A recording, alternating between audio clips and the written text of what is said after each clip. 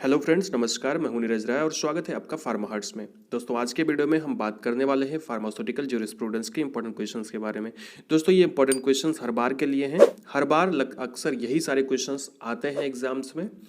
तो अगर आप इसको सॉल्व कर लेंगे और इतने क्वेश्चन सॉल्व कर लेते हैं तो आपका 70% नंबर आपका तय है। ठीक है, उससे ज़्यादा अगर आपको पाना है तो आपको डिटेल में और सारी चीज़ें पढ़नी पड़ेंगी। तो चलिए देखते हैं कि कौन कौन से क्वेश्चन हैं। ये सारे चैप्टर वाइज हैं। तो सबसे पहले बात करते हैं पहले चैप्टर की। पहला चैप्टर आपका है फार्मास्यूटिकल लेजिस्लेशन और इस चैप्टर में आपको जो लॉन्ग आंसर पूछा जाता है वो पूछा जाता है कि discuss origin, nature and scope of the pharmaceutical legislation in India. Mainly यही क्वेश्चन आपसे पूछा जाता है पहले चैप्टर में।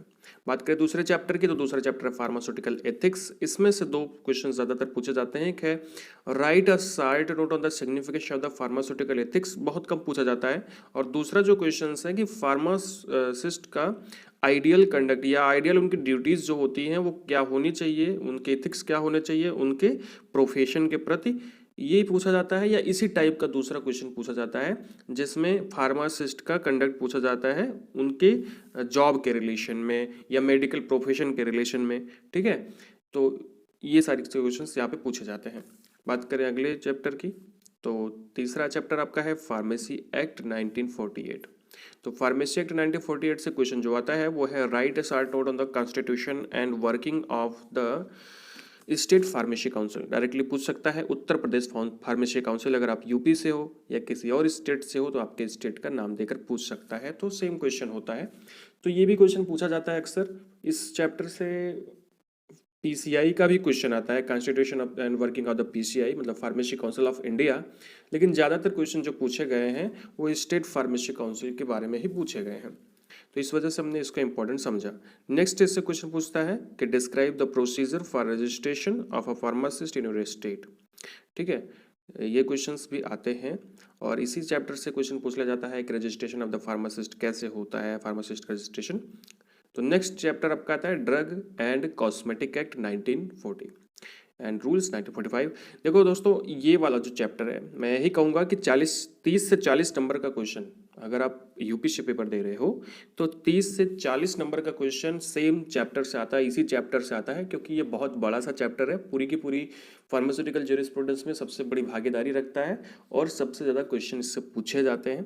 तो मैं यहाँ पे क्या बताऊँ कि कौन सा क्वेश्चन इंपॉर्टेंट है। यहाँ पे बहुत सारे क्वेश्चन इंपॉर्टेंट है। मैंने 3-4 क्वेश्चन सेलेक्ट किए हैं, लेकिन मैं यही कहूँगा कि आप इस चैप्टर को पूरी तरह से थोड़ी पढ़ लीजिए, एकदम डायरेक्ट, मतलब घुस के पढ़ लीजिए, इस चैप्टर को समझ लीजिए। ठीक है, तो ये आपके लिए बहुत अच्छा रहेगा। एक अच्छा नंबर आप ला सकते हैं अगर इस चैप्टर को पूरी तरह से तैयार रखते हैं। तो इस चैप्टर से कुछ परमानेंटली क्वेश्चंस आते हैं, वो क्या है। एक तो ये क्वेश्चन आता है कि write a short note on the डीटीएबी, right a short note on the constitution of the डीटीएबी, मतलब ड्रग टेक्निकल एडवाइजरी बोर्ड का जो कॉन्स्टिट्यूशन होता है वो क्या होता है, उनकी वर्किंग क्या होती है। दूसरा क्वेश्चन इससे आता है कि discuss the procedure adopted by a drug inspector while taking samples of the drug from a chemical shop. तीसरा question role and duties of the drug inspector, drug inspector के बारे में क्वेश्चन। ये दो क्वेश्चन समझ लीजिए, दोनों में से एक क्वेश्चन हर बार आता है 8 नंबर में। उसके बाद आपसे शेड्यूल पूछ सकता है, schedule X, G, H, M, C and C1 and F. इसके अलावा भी बहुत कम पूछता है, इतने ज़्यादातर यही पूछता है। ठीक है, अगर पूछता है तो, नहीं तो बहुत कम शेड्यूल्स पूछे जाते हैं।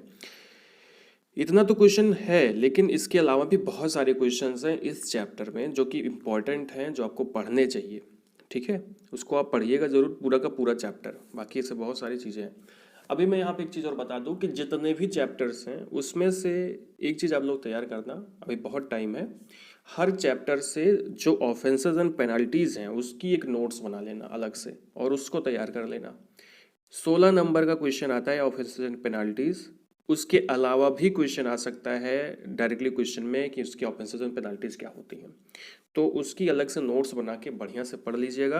हर, मतलब जितने भी एक्ट हैं, मैं यहाँ पे इंपॉर्टेंट नहीं बता रहा हूँ, उसको इस तरह से लिख नहीं रहा हूँ, लेकिन इतना समझ लीजिएगा वो बहुत ज़्यादा इंपॉर्टेंट होता है, उसको ज़रूर पढ़ लीजिएगा।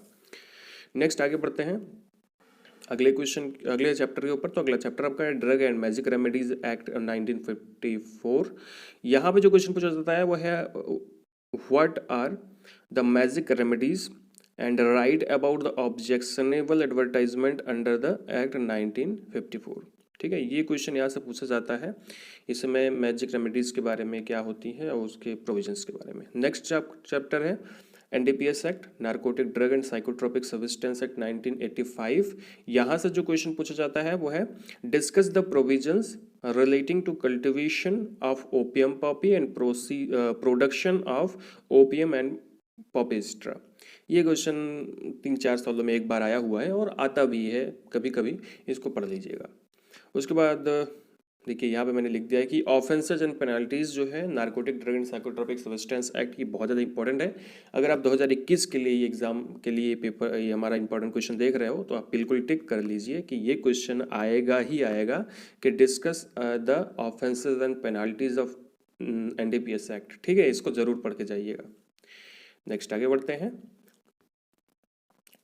अगला आपका चैप्टर एक्चुअली आपका है कि ये मिसलिनियस है, उसमें सिलेबस में देखोगे तो इसमें 4 एक्ट दिए गए हैं।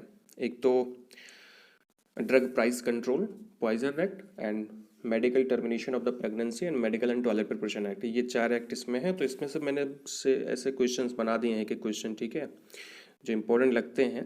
कि पहला है क्वेश्चन, जो कि ये क्वेश्चन अक्सर पूछा जाता है और इस बार भी पूछा जाएगा, यह बात 70% तक तय समझिए कि right about different schedule of drug price control order and how retail price of any formulation is calculated. तो ये question how retail price of any formulation is calculated, ये क्वेश्चन इस बार आएगा, इसको तैयार कर लीजिएगा। इसके लिए एक फार्मूला होता है, बड़ा इजी सा फार्मूला है, कभी मैं आपको वीडियो में बता दूंगा, कभी क्या जल्दी ही वीडियो बना दूंगा उसके लिए, कि एक फार्मूला होता है जिसमें रिटेल प्राइस निकालनी होती है किसी भी फार्मूलेशन की, वो कैसे निकालते हैं उसके लिए एक फार्मूला है। ठीक है, वो आपको बताएंगे तो वहाँ पे समझ में आएगा।